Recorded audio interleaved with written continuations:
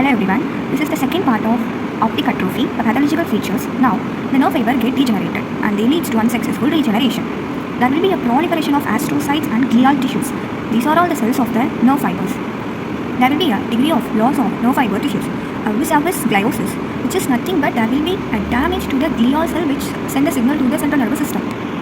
It is of three types. There will be a degeneration of nerve fiber with excessive gliosis and degeneration in gliosis orderly, degeneration of nerve fiber with negligible gliosis. The second one is more important because there will be a more proliferation of astrocytes and glial tissues are noted in this type.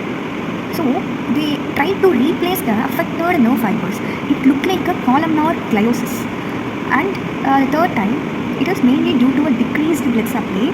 It can be seen in the type of optic atrophies like cavernous optic atrophy, it is also known as Ednables, and in glaucomatous or ischemic optic atrophy.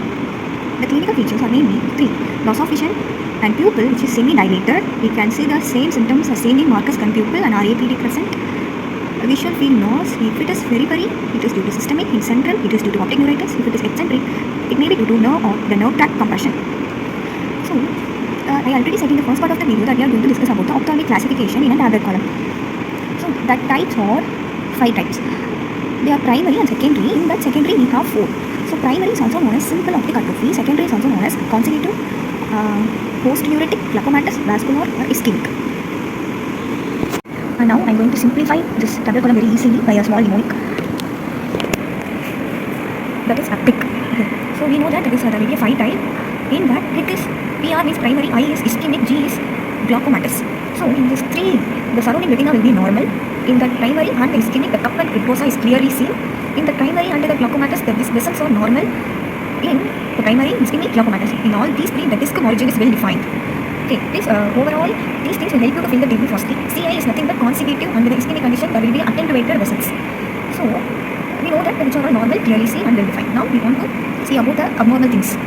So, the abnormal features, that is a cup in P, which is nothing but post-neuritic type, and G, it is a glaucomatous type. In post-neuritic, there will be a cup obliteration due to gliosis. In glaucomatous, the cup become D, there will be a nasal vessel shifting. So, in post-neuritic, the features like color, disc origin, cup, and the retinal vessels, and the surrounding retina, this all are different. Okay, so there will be a blurred disc origin, and the cup become obliterated due to gliosis, and the retinal vessels is attenuated, and there will be a perivascular sheathing, and surrounding retina become grayish and atrophied. So, from this, you can easily draw this tablet column. I hope you all understand. And now we are going to see about the etiology of these 5 types. So these are the etiology of these 5 types. So you can take a screenshot of this page for your remembrance.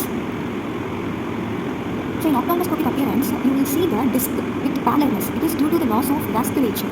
It is said to be Castan gum immense. So these are the differential diagnoses of optic atrophy based on the pallor of disc.